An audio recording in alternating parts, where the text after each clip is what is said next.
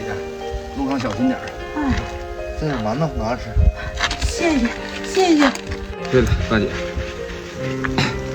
这点钱呢，你拿着，万一路上遇到点啥事儿呢？不，这钱我不能要。你看，你这日子也不好过。没事儿，咱这农村人呐，靠山吃山，靠水吃水，那不拿着吧。啊，这钱不给小去。这钱呢，也半道用不上啊，就当给老父亲买点啥东西了。